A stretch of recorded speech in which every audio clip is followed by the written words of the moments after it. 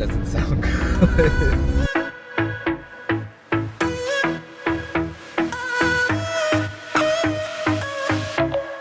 What's up, you guys? We're walking across the street from the office right now. We've got this kind of empty road to pick up the car, and here she is. All right, guys, first impressions, what do you think? As good as it gets. Best 5K E46 there is. What do you Bro, think? it's clean for 5K, you snap. Awesome.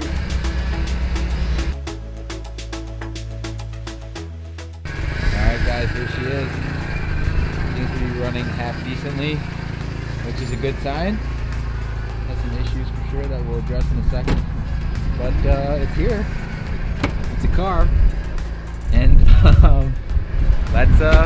let's start this project.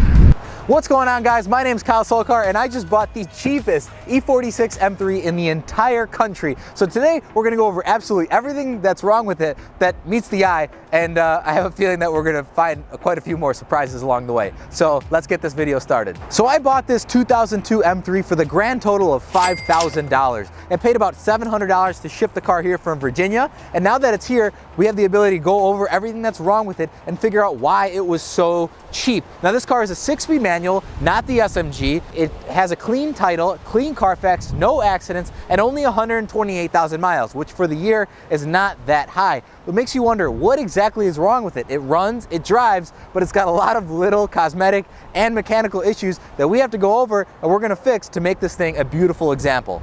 So under the hood, you're gonna see the beautiful S54 motor that produces 333 horsepower. It's an inline-6 motor that was one of the absolute highest horsepower naturally aspirated motors of its time. And it looks very clean in this car, and it's not blown, and it pulls very strong. But underneath the hood, it's not really matters how clean it is, it matters what's on the inside. So the fact that it pulls strong is great, but it does have a very nasty power steering leak and a nasty power steering, like a noise coming from the pump. So that's gonna need to be addressed right away. We're probably gonna pull the valve covers off this car and inspect everything, make sure everything's good, and then do an oil change right away before we put any miles on it. So looking at just the front cosmetics of the car, you'll see, of course, the headlights are very oxidized. The bumper has seen better days, and these grills are aftermarket and looking pretty shabby. So this whole front end will need to be cleaned up quite a bit. And then looking here, this is pretty bad in my opinion. I don't know who did this, which owner did this, but this is supposed to be just kind of like a mesh plastic vent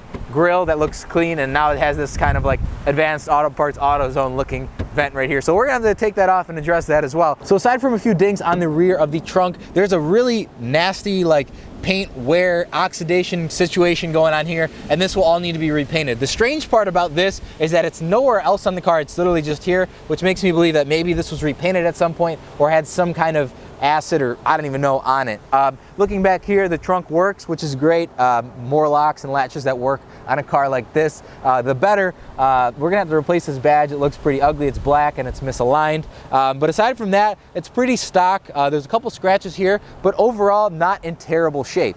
Moving on to the piece de resistance. The interior on this car has definitely seen better days. I don't know if it's been left outside. The car was from the East Coast area, so who knows what's going on with it, but the steering wheel is terrible. I already have a new one that just got delivered today. The seats are both ripped.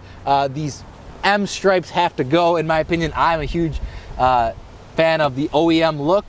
This boot's gotta go. It's got the M stripe on it too, and this shift boot's gotta go, shift knob's gotta go. All these parts are here and ready to go, and you're gonna see those all being installed and cleaned up in the next episode. Of course, it's gonna take a complete cleaning to make this car nice again.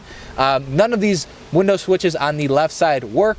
The window regulator on the right side does not work either, so we're gonna have to fix that. This whole center console is going to come out, get redone, as well as this middle console as well. So the back seat is absolutely terrible and not salvageable at all. I don't know if it was caught on fire, the sun was beating right into it or something, but this I already found a replacement for, and I'm having that picked up today. So in the next episode, you're going to see a lot of this stuff change, but I wanted to go over the car, just of the overall condition of what to expect when you buy a car for so cheap, and you know, how you can really make it nicer. So the convertible top on this car does work, although it's a little bit slow, which maybe means it needs some more hydraulic fluid or Who knows? I haven't really inspected that yet. The wheels have been powder coated in this black color. I would like to put a different set of wheels on it, preferably the 19s that were factory in the 2003 plus models of this car. There was an option at least to make this car kind of look newer and better. These fender grills are oxidized, the logos are oxidized, but like I said, these are all small issues. I want to handle the mechanical and the interior issues first, the primary stuff, and then hit on all the other fun stuff as well after that. So guys, thank you so very much for taking a look at the $5,000 E46 project with me today. Stay tuned for the episode of next week where we go over everything that's wrong with this car in further detail and show how we've fixed the certain things that we can fix right away, and then also with the help of our friends at Elmer's BMW, taking care of some recalls, taking care of some mechanical issues, and getting this thing back on the road and restoring its full former glory. So guys, as always, like this video if you liked it, dislike it if you didn't. Subscribing would mean the absolute world to me, guys. Stay posted on this build. I assure you it's going to be a fun one. With that being said, guys, as always, thank you so very much for watching, and I'll see you in the next video.